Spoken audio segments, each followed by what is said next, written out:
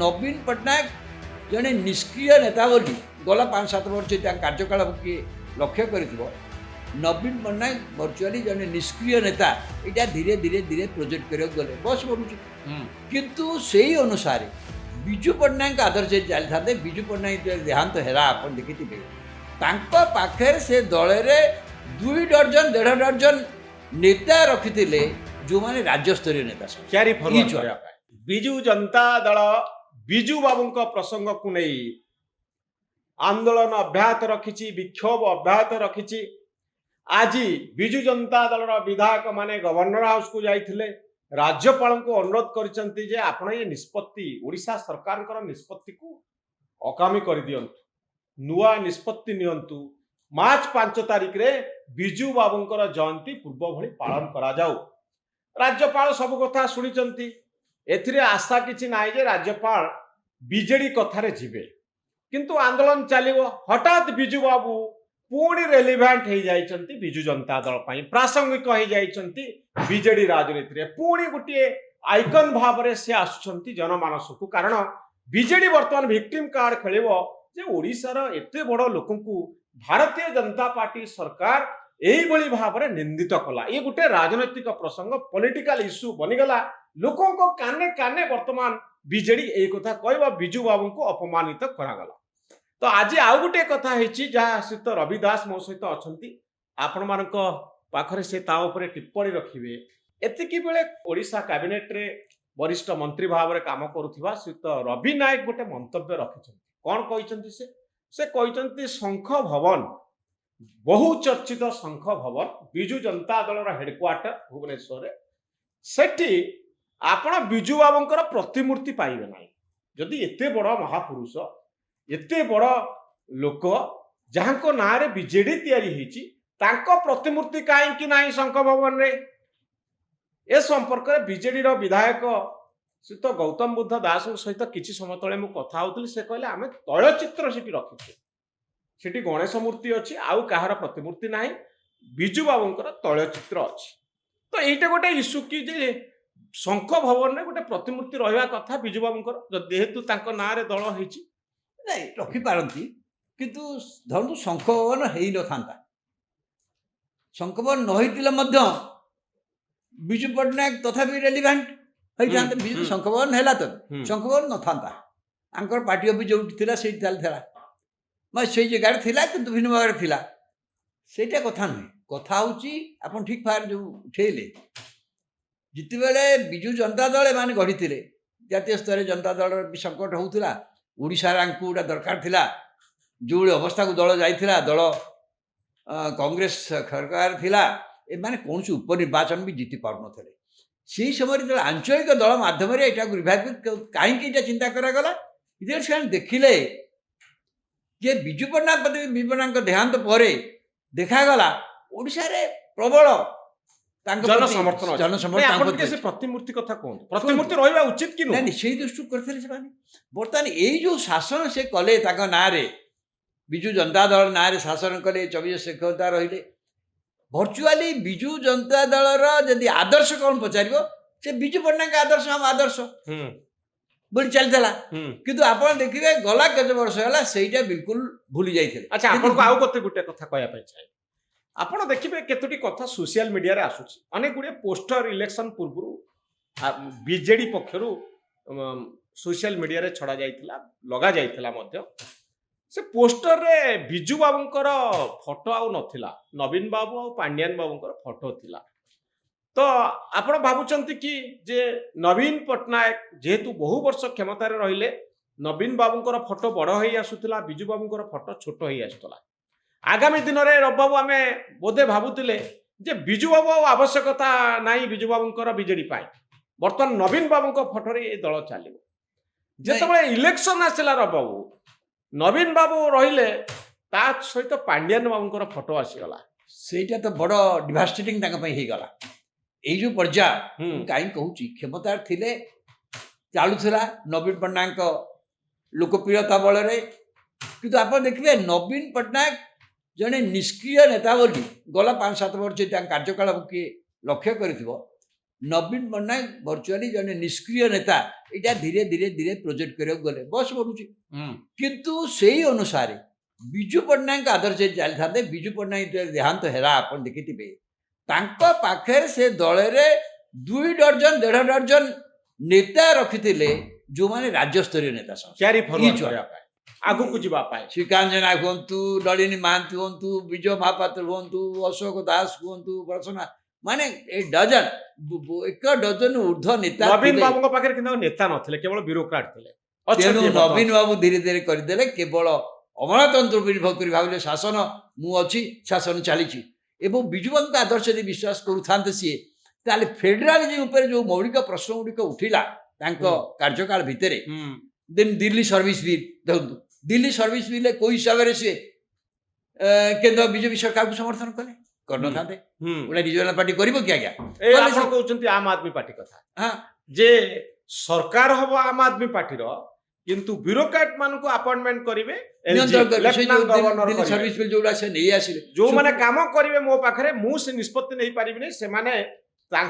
କେନ୍ଦ୍ର ସରକାର ବିଜେପି ଦ୍ୱାରା ମନୋନୀତ ବିଜେପି ସରକାର ଦ୍ୱାରା ମନୋନୀତ ଲେଫ୍ଟନାଣ୍ଟ ଗଭର୍ଣ୍ଣର ବ୍ୟୁରୋକ୍ରାଟ ମାନଙ୍କୁ ଆଇଏଏସ୍ ଅଫିସର ମାନଙ୍କୁ ଆପଏଣ୍ଟମେଣ୍ଟ ଦେବେ ତାମାନେ ଭର୍ଚୁଆଲି ସରକାର ଏଥିରେ ଅଚଳ ହେଇଗଲା ଏଥିରେ ବିଜୁ ଜନତା ଦଳ ଏ ସମର୍ଥନ ଷ୍ଟାଣ୍ଡକୁ ସମର୍ଥନ କରିବା କ'ଣ ଭାବୁଛନ୍ତି ତାହେଲେ ବିଜୁ ପଟ୍ଟନାୟକ ଆଦର୍ଶ ଅଛି ବିଜୁ ପଟ୍ଟନାୟକ ଜଣେ ଫେଡେରାଲିଜମର ଜଣେ ଆପଣ ଜାଣିଛନ୍ତି ସେ କଂଗ୍ରେସରୁ ଅଲଗା ହେଲେ କାହିଁକି ଏଇ ସ୍ୱାଭିମାନ ଯେ ରାଜ୍ୟର ଗୋଟେ ସ୍ୱତନ୍ତ୍ରତା ଅଛି କେନ୍ଦ୍ରରେ ଯିଏ ନେତା ଆସୁଛନ୍ତି ରାଜ୍ୟ ନେତାମାନଙ୍କର କୌଣସି ମୂଲ୍ୟ ନାହିଁ ସେ ଯୋଉଠି ଯାହାକୁ ତାଙ୍କୁ ଥଇଥାନ କରିଦେବେ ଯୋଉଟା ଇନ୍ଦିରା ଗାନ୍ଧୀ ଯୋଉ ପ୍ରକ୍ରିୟା କଲେ ସେଥିରେ ସେ ଏକମତ ହେଲେନି ସେ କିନ୍ତୁ ଆପଣ କହୁଛନ୍ତି ଫେଡେରାଲିଜମ ବା ରାଜ୍ୟର ସଂଘୀୟ ଗୋଟେ ବ୍ୟବସ୍ଥା। ସ୍ୱତନ୍ତ୍ର ସତ୍ତା ଅଛି ତାର କ୍ଷମତା ଅଛି ଗୋଟିଏ ଓଡିଶା ଯେମିତି ରାଜ୍ୟ ଦିଲ୍ଲୀ ସେମିତି ଗୋଟେ ରାଜ୍ୟ ଏମାନଙ୍କର ସ୍ୱତନ୍ତ୍ର କ୍ଷମତା ଅଛି ତାକୁ ସେଣ୍ଟର ଏନକ୍ରୋଚ ନ କରୁ ତାକୁ ଅକ୍ତିଆରକୁ ନ ନେଇ ଯାଉ ରାଜ୍ୟର କ୍ଷମତା ଗୁଡିକ ସେଣ୍ଟର ପାଖକୁ ନ ପଳେଇ ଯାଉ ଏ ଇସ୍ୟୁରେ କେନ୍ଦ୍ରକୁ ସମର୍ଥନ କଲେ ବିଜୁ ଜନତା ଦଳ ତ ମୋର କହିବାର କଥା ହଉଛି ଯେ ନବୀନିଜିମ ବିଜୁ ବାବୁଙ୍କର ଆଦର୍ଶ ଯେତେବେଳେ ଟିକେ କମି କମିକା ଆସିକରି ନବୀନ ବାବୁଙ୍କ ନାଁରେ ଭୋଟ ଆସିଗଲା ଆଉ ବିଜୁ ବାବୁଙ୍କୁ ଏତେ ପ୍ରଚାର କରିବାର ଆବଶ୍ୟକତା ନାହିଁ ନବୀନ ବାବୁଙ୍କ ନାଁରେ ଭୋଟ ଆସିଲା ସେତିକିବେଳେ ନେତା ଭାବରେ ବିକେ ପାଣ୍ଡିଆନ ଆସିଗଲେ ପିକ୍ଚରକୁ ଆଉ ବିଜୁ ବାବୁଙ୍କର ଫଟୋ ଅନେକ ପୋଷ୍ଟରରୁ ଉଭେଇଗଲା ଏକଦମ ବିଲକୁଲ ସେ ଭାବିଲେ ତ ମୁଁ ଯାହା କରିଦେବି ସେ ନେତା ହେଇଯିବ ଭିକେ ପାଣ୍ଡିଆନ ବି ନେତା ହବ କିନ୍ତୁ ସେ ଭୁଲିଗଲେ ଭିକେ ଶୁଣନ୍ତୁ ଆଜ୍ଞା ତାଙ୍କର କ'ଣ ଯେମିତି ଆପଣ କହିଲେ ତାଙ୍କର ଲୋକପ୍ରିୟତା କ'ଣ କିଛି ବିକାଶମୂଳକ କାର୍ଯ୍ୟ ଯୋଉଟା କି କେନ୍ଦ୍ର ସରକାର ହେଇପାରେ ରାଜ୍ୟ ସରକାର ତାଙ୍କ ସମ ଭିତରେ ରାସ୍ତାଘାଟ ଏମିତି ଯେଉଁ ବିକାଶମୂଳକ କାର୍ଯ୍ୟ ହେଇଛି ସେଇଟାକୁ ଅନେକ ଭାବିଲେ ଅଲ୍ କ୍ରେଡିଟ୍ ଗୋଜ୍ ଟୁ ନବୀନ ପଟ୍ଟନାୟକ ଠିକ ଅଛି କିନ୍ତୁ ବିକାଶ ତ ଗୋଟେ ଦଳର ଆଦର୍ଶ ହେଇପାରିବ ନା ଯଦି ବିଜୁ ନରେନ୍ଦ୍ର ମୋଦି ମଧ୍ୟ ବିକାଶ କଥା କହୁଛନ୍ତି କିନ୍ତୁ ବିଜେପିର ଗୋଟେ ଆଦର୍ଶ ଅଛି ନା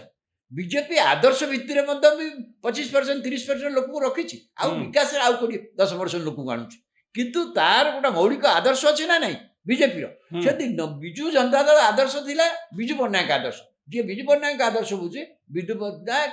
ଫେଡେରାଲିଜମ ପ୍ରତି ଅଙ୍ଗୀକାର ଥିଲେ ଗଣତାନ୍ତ୍ରିକ ବ୍ୟବସ୍ଥା ଆଞ୍ଚଳିକତାବାଦ ରିଜନାଲିଜମ ଏବଂ ତାନାଶାହୀ ବିରୁଦ୍ଧରେ ଲଢିଥିଲେ କେନ୍ଦ୍ର ବିରୁଦ୍ଧରେ ସ୍ୱର ଉତ୍ତୋଳନ କରୁଥିଲେ ଏବଂ ରାଜ୍ୟର ସ୍ୱତନ୍ତ୍ର ରାଜ୍ୟ ଗୁଡ଼ା ଗୋଡାଣିଆ ନୁହେଁ ରାଜ୍ୟର ନିଜ ଆପଣ ମଣିଛନ୍ତି ସ୍ୱତନ୍ତ୍ର ଆର୍ଥିକ କ୍ଷମତା ରାଜ୍ୟ ପାଇଁ ମଧ୍ୟ ସେ ଦାବି କରିକି ନିର୍ବାଚନ ଲଢ଼ିଥିଲେ 1991 ଲୋକସଭା ତାପରେ ଆପଣ ଜାଣିଛନ୍ତି ଓଡ଼ିଶାରେ ଭାରତବର୍ଷ ନୂଆ ଇକୋନୋମିକ ପଲିସି ଆସିଲା ଯେଉଁ ପଲିସିରେ ରାଜ୍ୟମାନେ ମଧ୍ୟ କିଛି ଅଧିକାର ସେଥିରେ ପାଇଗଲେ ବର୍ତ୍ତମାନ ପ୍ରତ୍ୟେକ ରାଜ୍ୟର ଆର୍ଥିକ ବିକାଶ କରିବା ରାଜ୍ୟ ସରକାରଙ୍କ ଭୂମିକା ପ୍ରମୁଖ କିନ୍ତୁ ନରେନ୍ଦ୍ର ମୋଦି 2014 ମସିହାରେ କେନ୍ଦ୍ରରେ ଆସିଲେ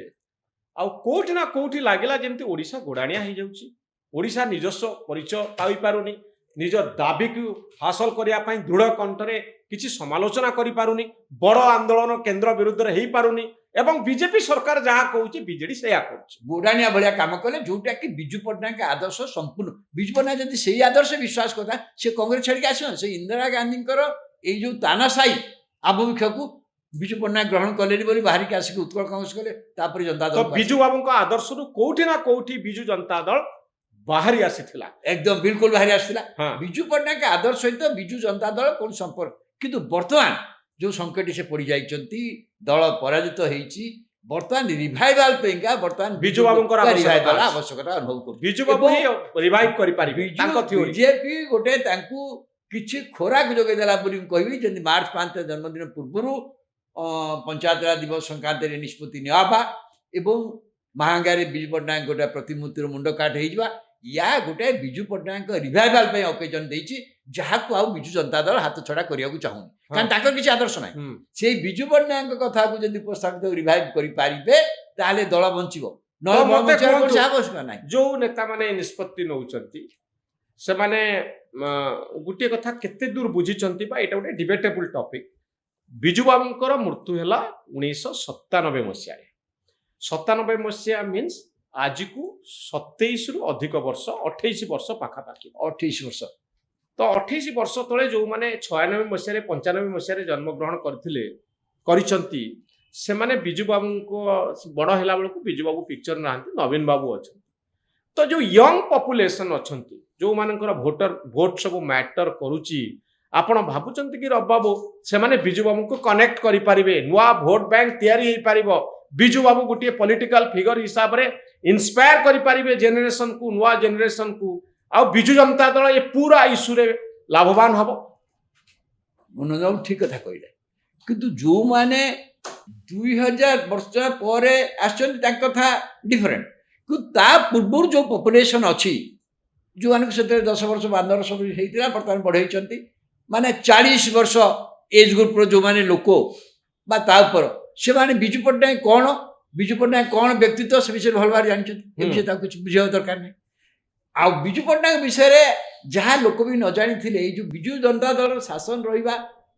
एवं आप देखिए यही शासन काल भितर ओडिशार प्राय प्रत्येक अंचल सबु ब्लॉक पंचायत जुआड़ जी विजु पट्टनायक प्रतिमूर्ति स्थापित होती ना ओडिशार अन्य कौन नेता एत प्रतिमूर्ति ओडिशार नाही जहाँ विजु पट्टनायक नाँ नामित होती ओडिशार एते स्कीम अन्य कौ नेता ना नाही जहाँ विजु पट्टनायक बहुत प्रचार तेणु लोक विजु पट्टनायक गुड़ा जानते पियांग मान जानते ये नवीन पट्टनायक बापा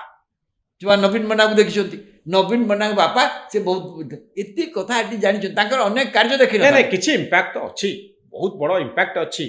किंतु गोटे कथा जड़े व्यक्ति मत संपर्क गोटे मत रखुते रब बाबू आपण हुए तो एकमत हेबे बोली मु भाबिबी जे नवीन बाबू कहतु 24 वर्षर मुख्यमंत्री विजु बाबू आइकनिक पर्सनालिटी विजु जनता दल ओडिशा भारत वर्षर राजनीति गोटे बड़ एक्सपेरिमेंट यहाँ को नहीं भल बही बड़ बही लिटरेचर क्रिएट करा जाए आदर्शवाद एक्जाक्टली आपन साथे संपूर्ण मो एकमत विजु पट्टनायक विषय रे ऑथेंटिक बायोग्राफी भी नहीं आई कैन टेल जो मैंने लिखिं तोषामदिया लिखिं संक्रांत कौन सी ऑथेंटिक बायोग्राफी नहीं ये गोटा टॉल मैन करके गोटा कले सेटा गोटा फोटो ऊपर बेसी नजर एवं सेटा को नियागला नहीं आपण देखंतु आंध्र प्रदेश हो तमिलनाडु रे जो एक्जेक्टली मु आपण सते पूरा एकमत मु सेसा कहली जो माने केवल 40 वर्ष रु ऊर्ध्व ओडिसा रे कारण विजु पट्टनायक कहउचंती जने आपण देखंतु नव जदि ओडिसा रे त्यागर मूर्तिमंत पत्रिका देखिबा ता नवकृष्ण चौधरी किंतु तांका कथा रे एतिनी लोक मन भितर नहीं इवन हरेकृष्ण महताब जड़े शासक भाव में नेता भाव में ओडिया भाषा प्रति प्रीति रे मत बहुत उच्चर स्थान एवं स्वाधीन संग्राम किंतु विजु पट्टनायक कथा आसला बेलू कारण विजु पट्टनायक पर असल बाहादुरी होची पॉजिटिवनेस होची आपण हरकृष्ण महताब देखिछन्ति बोली भाबुची किंतु विजु पट्टनायक जीवन शेष मुहूर्त पर्यंत till his death he was an active politician आपण लक्ष्य करथिबे सक्रिय सोई ना राजनीति रे पूरा सक्रिय थे कोडी सोई ना 1948 मसीह से आसिले ओडिशा विधानसभा तापर स्वाधीन संग्राम 1948 मसीह प्रथम विधानसभा को आसिले ओडिशा विधानसभा रे जेते सदस्य आज पर्यंत होइछथि जदि हिसाब करा जाए सबुठु बेसी समय ओडिशा विधानसभा थिबा लोक होची विजु पट्टनायक कारण एथु शेष पर्याय होची 96 लोकसभा गले जते बेले भी नांती से लोकसभा रे अछंती जते बेले से नांती से लोकसभा रे अछंती थरे मात्र से हार के 3 वर्ष जदि कहा जाए से विधानसभा भितर नथले अदरवाइज इते लॉन्ग अनुमान बहुत दिन बंची चंती हरकृष्ण महताब दीर्घ जीवन किंतु हरकृष्ण शेष पर्याय से जन निष्क्रिय राजनेता थे क्या लेखा लिखि करते किंतु ये मृत्यु पर्यंत सक्रिय राजनीति सक्रिय नुह गोटे ग्रुप ऑफ पॉलिटिकल लोक को आइडिया को नेतृत्व दौले सारा ओडिशा रे बुलुथिले सारा ओडिशा रे सभा करथिले स्कूल कॉलेज को जाउथिले ए जो इंटरैक्शन थिला सेटा ताकू एते दिन पर्यंत जीवंत करी रखिछि अनुमान समस्त आछथि किंतु जीवन शेष पर्याय किंतु पर्यंत बीजेडी रो फिलोसॉफिकल फाउंडेशन नवीन बाबूंकर फिलोसॉफी बा बिजू बाबूंकर फिलोसॉफी को नहीं भल लिटरेचर भल बही नहीं, जहाँ नहीं। गोटे आदर्शवाद तैयारी करबा जेमती दक्षिणपंथी आदर्श कथा कहतु आरएसएस कथा आपण कहतु आरएसएस रो कल्चर कौन विश्वास कौन चिंताधारा कौन आपण डिफर करि पारत किंतु यहाँ को नहीं एते लिटरेचर अच्छी एते जिनस पढ़िबार अच्छी ता भीतर जो माने इंस्पायर हेले से माने ताको विश्वास कले किंतु आजिर दिन जदि जने कहबो बिजू बाबू मोर गुरु से कोन देखिबो सेतबेले तो गूगल Exactly. लिटरेचर नथिला सेतबेले तो बेसी किछि नाही जहा किछि किछि नेता दाम बाबू बहुत कहउथिले जे लाइव टेलीविजन रे बिजू बाबू एमतिया लोक थिले किंतु ताको विषय जानिया पाई yes there is no literature what a authentic literature on Biju Patnaik and its ideology and its principle and why he is great आ मु बाबू जे लिखा बाबू जाई नहीं बिजू बाबू को रेलिवेंट करबा पई आज कसरत करबा पई पड़िबो कारण ए जो इंग्लिश मीडियम रे पढुथिबा पिला 2000 मसिया परे जन्म होइथिबा पिला बा युवक माने जो माने अछंती सेमानक पाखरे बिजू बाबू को पहुंचेबा नवीन बाबू को पहुंचेबा एवं बीजेडी रो कोन आदर्श थिला कोन पई बीजेडी तयारी हेतला काहे के लडुतला आ तर फल कोन हला आ ऊपर जो एनालिटिकल रुबेन बानाजी किछि बही लिखिछन तांको तो बहुत समालोचना करा जायछि किंतु निरपेक्ष भाव में इतिहास को देखिबा और इतिहास को नहीं तार फिलोसॉफी को नहीं दर्शन को नहीं काम को नहीं भल बही तैयारी करिबा भल लिटरेचर तैयारी करिबा इंटरनेट रे रखिबा ये गोटे आदर्शवाद को बंचई रखे गोटे दल को बंचई रखे गोटे व्यक्ति को बंचई रखे बिजू जनता दल ए दिगरे कोन उद्यम केबे करिछि कि ए 24 वर्ष शासन भीतर ए दिगरे सारे कोन उद्यम करिसंती से तो उठबे जदी गोटे ग्रुप कर दे थांते स्मॉल टीम कर दे थांते एवं तांको दायित्व दे थांते ता लिखाई जाय थांता लक्ष लक्ष पिला को इंस्पायर करिया पाई ऑथेंटिक बायोग्राफी जो थे तांकर जीवन थांता तांकर इतिहास तांकर आदर्श थांता तांकर सिद्धि थांता एवं विफलता भी थांता सबु थाइन की गोटे कंपैक्ट जदि करा जाई थांता तार तो एटा बहुत एते कष्ट कर ही न थांता कष्ट कले नाही मु परा कहिली जे बिजू जनता दल करे सिना आंकर बिजू पटना पड़े कौन से अनुरक्ति थिला कि बिजू पटनायक आदर्शवादी कौन माने क्षमता এটা গোটে ক্ষমতার ইনস্ট্রুমেন্ট ভাবে সে ব্যবহার কলে এবং এত বিশেষ ক্ষমতা রইলে তো যাও বর্তমান কিন্তু বর্তমান বিপদ ক্ষমতার চালি যাইଛନ୍ତି বলি পুଣି ସେ ନାଁଟାକୁ ରିଭାଇଭ୍ କରିବାକୁ ଚାହୁଁଛନ୍ତି ବିଜୁ କ୍ୟାନ୍ ଦେ ରିଭାଇଭ୍ ଇଟ୍ ହଁ ବିଜୁ ବାବୁ ପୁଣି ଇତିହାସରୁ ଆସିଛନ୍ତି ପୁନର୍ଜନ୍ମ ପାଉଛନ୍ତି ରାଜନୀତିରେ ପୁନର୍ଜନ୍ମ ପାଉଛନ୍ତି ଇତିହାସ ପୃଷ୍ଠାରୁ ଆସିକିରି ଏବଂ ବିଜୁ ଜନତା ଦଳ କହୁଛି ଯେ ଆମେ ରେଲିଭେଣ୍ଟ ହେଇଯିବା ଯଦି ଏଇ ଇସ୍ୟୁଟା ଲୋକଙ୍କ ଭିତରେ ପୁରେଇ ଦେବା ଏକ୍ଜାକ୍ଟଲି କାରଣ ଏ ଦଳର କୌଣସି ଆଦର୍ଶ ନାହିଁ ଆମେ କ'ଣ କହୁଛୁ ବାରମ୍ବାର ଯେ ଏ ଦଳଟା ସର୍ଭାଇଭ୍ କରନ୍ତି ଆର ଆଇଡିଓଲୋଜି ଯଦି ବିଜୁ ପଟ୍ଟନାୟକ ନାଁଟା କହିବା ନେଇ ଆସନ୍ତି ସେମାନେ ତାହେଲେ ସେ ଆଦର୍ଶ ନୀତିକ ପ୍ରଶ୍ନ ହବନି ଯେ ବିଜୁ ପଟ୍ଟନାୟକ ଆଦର୍ଶ ହିଁ ଆମର ଆଦର୍ଶ ଏ କଥା କହିପାରିବେ କିନ୍ତୁ ସେଇଟା ବିଜୁ ପଟ୍ଟନାୟକ ଆଦର୍ଶକୁ ନେଇନାହାନ୍ତି କଥା କହିନାହାନ୍ତି ଆଜି ପର୍ଯ୍ୟନ୍ତ କହିନାହାନ୍ତି ତାଙ୍କୁ ଏଇଟା ଗୋଟେ ସଙ୍କଟ କିନ୍ତୁ ଯଦି ସେଇ ଦୃଷ୍ଟିରୁ ମୁଁ ଭାବୁଛି ଏମାନେ ବିଜୁଙ୍କ ନାଁ ମୁଁ ଭାବୁଛି ବିଜେପି ଗୋଟେ ଟିକେ ସୁଯୋଗ ଦେଲା ତାଙ୍କୁ ସୁଯୋଗ ଦେବା ଉଚିତ ନଥିଲା ଗୋଟେ ପଲିଟିକାଲ ସ୍କୋର କରିବା ପାଇଁ ବିଜେପି ତାଙ୍କୁ ସୁଯୋଗ ଦେଇଛି ବହୁତ ଧନ୍ୟବାଦ ରବି ବାବୁ ଆପଣଙ୍କର ମତାମତ ପାଇଁ ବହୁତ ଧନ୍ୟବାଦ।